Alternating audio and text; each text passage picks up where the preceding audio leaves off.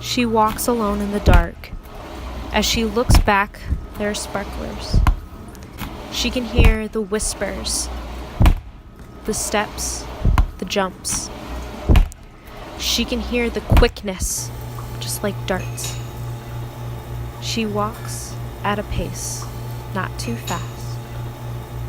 She hears whispers that make her gasp. She runs as fast as she can until she hears the steps again. The howl, speech, hard and cold. She wants to run, but it's too bold. She runs and runs until she finds the sound is the wind, so she walks again.